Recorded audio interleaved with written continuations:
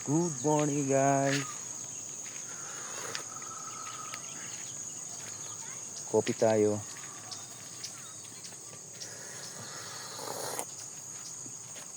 Ay. Ni. Dugo lang na mo. Lamok.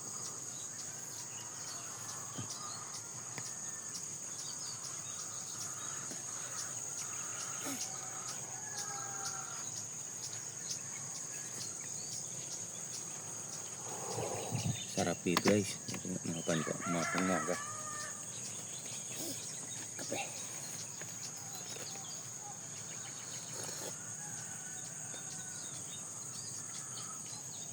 Ito guys, sa inuupuan ko. Ano to? Pag one time na lumalaki ang tubig, umaapaw yan hanggang dito. Dati, yung mga panahon na malakas pa ang tubig, at saka wala pa masyadong mga tambak na lupa. Ngayon, tinambakan ng lupa.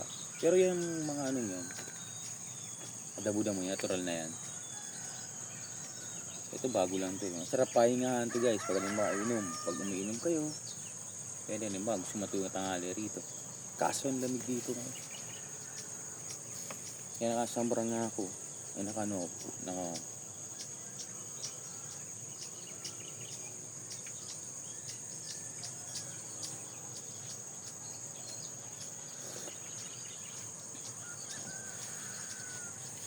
bless.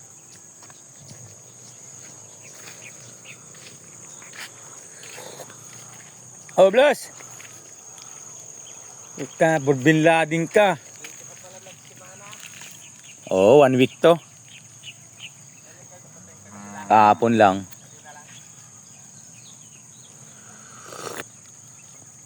Para man maano lamang. May iba naman. Bakit lagi naman umuwi kami dito eh? Lagi naman kami umuwi dito. Iba sa mga Santa.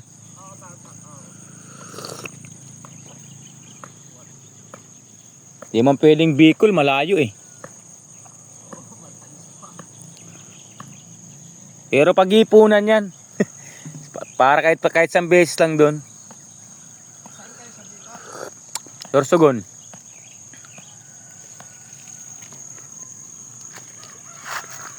Pero kung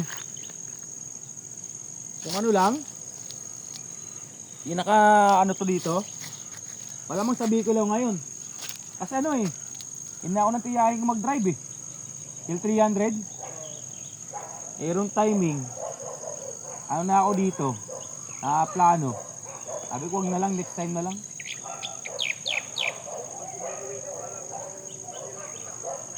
Di 6 oras.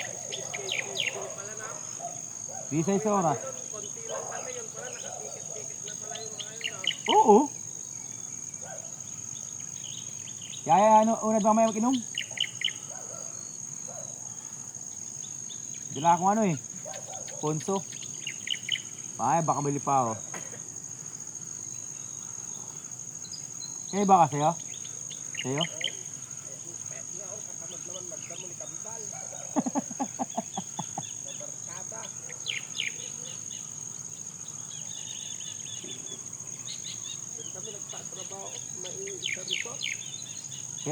Kailan tapos? Hindi, kami yung pinagbabantay sa swimming muna. Tambuan muna yung construction Buti nga, paano meron eh. Di mo natin nawawala ang trabaho rito? Ngayon, hindi. Diyan kami sa farm eh. Yung boss namin kasi siyang may araw nito. At least meron kahit Kaso nga lang sweldo medyo mababa. Oo, kahit 100. Kesa wala. Paupo-upo ka lang doon. Iba kasi yung sa construction talaga mas malaki. Pag nag-alaga ng baka dati, tuyuin ko ng mga kalabaw na yan, ang diskarte pala dyan, pag unang anak sa kanila. Pag bata. Pag pangalawa, sa'yo na. Kailangan talaga yan, pag nanganak, surte, lang talaga alagaan mo talaga Dapat yan, nakaasawa na naman sana, hindi na naglande. At tumigil na. Ang baka nag-menopause na. O ano lang talaga kung ano. O dapat sundan na yan, malaki na yan, no? Pero yung anak nitong isa, napapinilya ko na rin. Nandun naman sa bukid. Nilagay ko Pangilang anak na niya to? Pangilang anak na yan? pangalawa pa lang. Pero yung anak niyang una, buntis na din nandun sa bukid.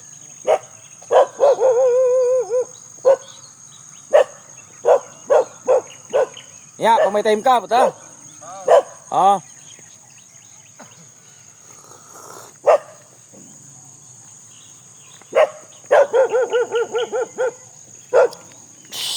Tawag ka ng tahol. Ingat kayo mga kababira, no? Shhh, tara na.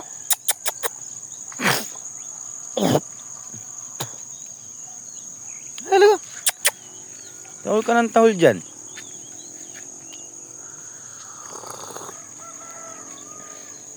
Yan, wala ka ibang maririnig dyan, kundi ano lang, masipol ng ibon.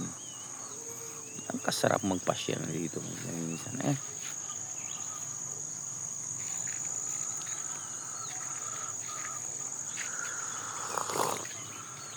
Tahol ka ng tahol dyan.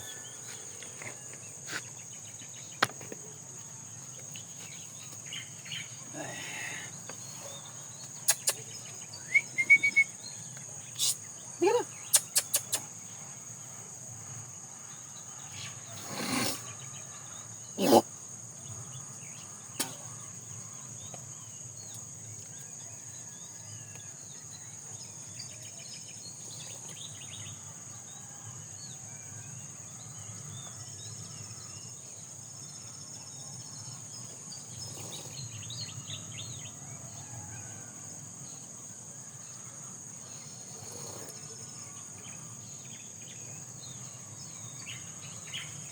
Saka dito guys, hindi problema yung gulay.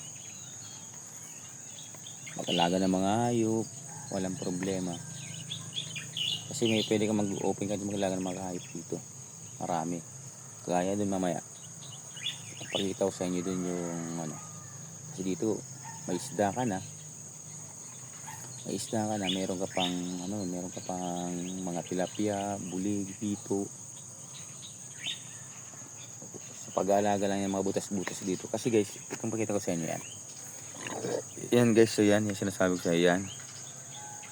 Ano yan? Ano malalim yan? Siguro ano ba dyan lagpas sa taong iba. Punta ako sa kabila guys. Wait lang.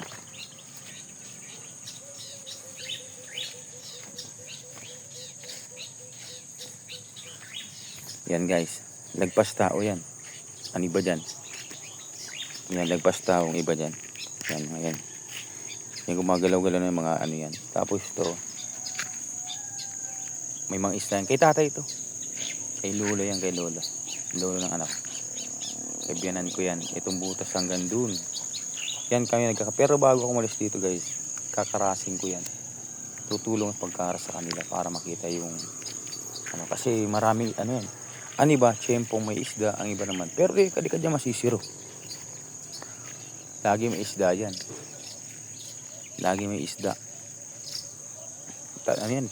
Hanggang dun. 3. Ayun guys. Yun. Saka to. Saka yun. Kitatay yan. Ito naman kikabag to. Kapatid tatay. Diba? At saka to may tinda si Bayaw na dyan.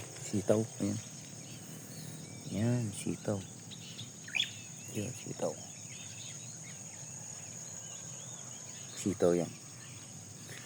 Kasi dito guys yung mga tubig niyan. Ano yan? Alam mo yung doon, simula doon, dyan ang gagaling ang tubig. O ba dito?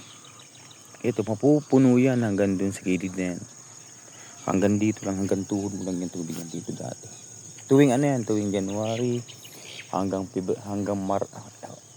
March ng end of the year. February, puro basta isang taon siya. Pagdating ng January ng mga March ay mga April, to pag tag-init. Natutuyan sila ng tubig. Kaya mga tao dito nagkakaroon ng butas. Dinilagyan ng mga butas. Butas yan. Ngayon, yung butas na yan nagsisilbi ng nagkakaroon ng isda, tilapia. Pero yung galing yung tilapia, ang galing sa ano yan mga may tilapia dito. Doon nang gagaling sa taas yan, tilapia.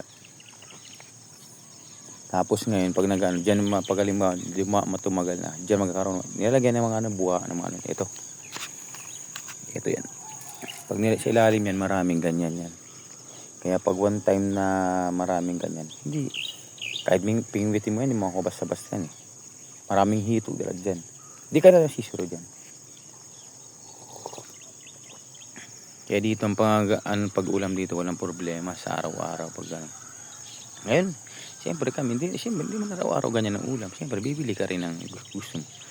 Siyempre, magtutuyo ka rin. Kaya guys, dito sa probinsya, sarap ng buhay. Pero ang pera lang medyo. Kung di ka sanay sa trabaho ganito, kung di ka sanay, mahirap. Girang ko. Hindi ba? Ang ganda ng sunset, oh. Oh.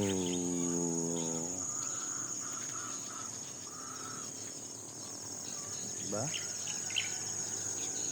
Ganda.